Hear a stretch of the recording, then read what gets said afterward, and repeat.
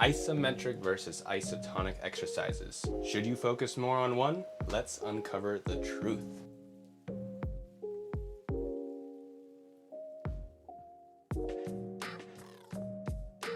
Welcome to the Healthy Type 1. My name is Mike and I am your health and wellness guide to living your best self.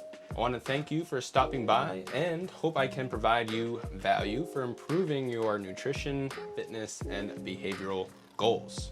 If you're interested in learning tons of health and wellness tips, be sure to hit that subscribe button as I upload multiple videos per week. Let's start with a question I get asked on occasion. Mike, should I focus on isometric exercises more or should I do more isotonic? And honestly, what is the difference between the two? The first step to tackling this is to identify what the difference between the two are and why that knowledge is important. Beginning with isometric. The term isometric comes from the Greek word iso, meaning equal, and metria, meaning measure. Thus, the term literally means equal length, signifying an isometric exercise is one that does not require you to move. Rather, isometric exercises are movements such as planks, wall sits, lunge holds, push-up holds, bridge holds, anti-rotations, pretty much any movement that requires your muscles to activate but not in a repetitive motion from the joints, i.e. changing the angle of that joint. Isometric exercises are designed to reinforce stability and strength back into the weakened areas, making these type of exercises wonderful for osteoarthritic patients or any individual suffering from decreased ROM, range of motion, due to varying health conditions. With proper breathing techniques, these types of movements offer tremendous value to any athlete or novice alike.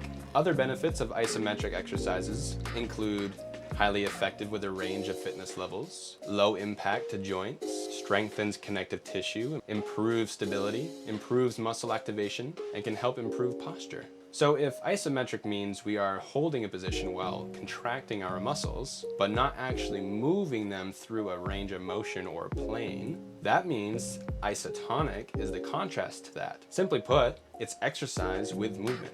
Remember, the term iso means equal, and the term tonos means normal state. In this case, we are referring to the normal state of tension or partial contraction in resting muscles. Put the two together and you have muscular contractions against resistance, which the length of the muscle belly changes to accommodate that particular movement. The two terms that fall within isotonic movements are what's known as concentric muscle activation and eccentric muscle relaxation. Now, the term relaxation doesn't mean the muscle belly completely rests, but rather tries to return back to its original state, i.e. lengthen the muscle belly itself back to its origin site. Really quick, our muscles have an origin site and an insertion site. The origin site of your biceps brachii, for example, is located at the supraglenoid tubercle of the scapula, aka it's the space where the upper arm enters the shoulder. The insertion site of the biceps brachii is found inside the elbow and attached to the radial tuberosity, which is located on the radius, one of the two bones in the lower arm. The reason why your biceps move toward your shoulder when you're showing off those guns of yours, bam, is because the belly of any muscle will always travel in the direction of its origin. Have you ever watched someone throw a baseball, a football, a softball really hard and next thing you know, their biceps is actually scrunched up into a ball in their arm? Yeah, their biceps detached itself from the site and traveled back to the origin site, which again is located all the way up here. Pretty gnarly. Now that can happen for various reasons, but sometimes can be a lack of not exercising the eccentric portion adequately enough, something I will note in a moment. So coming back, when you perform an isotonic exercise, you're essentially moving your muscles to and from their origin and insertion sites. That is why it is imperative to always perform concentric and eccentric contractions routinely. And think of the person with their biceps in a ball. They may have not trained enough in the eccentric phase. If you always focus your intentions on the concentric movement, meaning shortening of the muscle belly to its origin site, again, think of a biceps curl as an easy example for that, you are decreasing the strength close to the insertion site by not slowing down the movement to fatigue that portion of the muscle itself. Let's use a different exercise as our example this time. To perform a squat, which of the following is correct? Option A, the way down in a squat is the concentric phase in an isotonic movement. The hold of the squat is called an isometric contraction, and the way up is the eccentric phase of the isotonic contraction.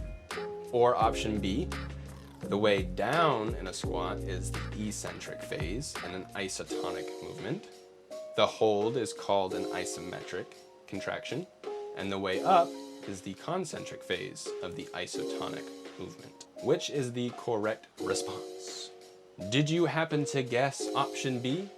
You are correct. Nice job. Again, the concentric contraction of an isotonic movement is the shortening of a muscle belly. For example, the way up from a squat, curling during a biceps curl, shoulder presses, tricep press downs, coming up from a lunge position. In contrast, the eccentric contraction of an isotonic movement is the lengthening of a muscle belly. For example, the way down from a squat, unloading the curled weight in a biceps curl, lowering down the shoulders from a shoulder press, returning the weight back from a triceps press down, moving downward from a lunge. If you quickly perform reps, not slowing down the movement, so the eccentric portion is inadequately trained, you will hurt yourself, or much more likely to hurt yourself.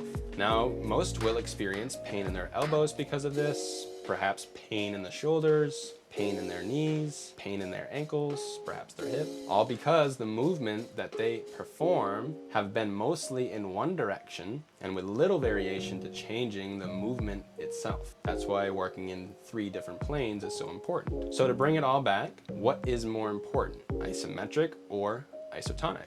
I think you can effectively answer that for yourself now based on what you've just heard. Rewatch this video if some of this material is new to you. However, if you are a seasoned athlete or a gym goer yourself, you know what you need to do. You need to start incorporating all of the forms of movement into your routine, working in all 3 planes of motion.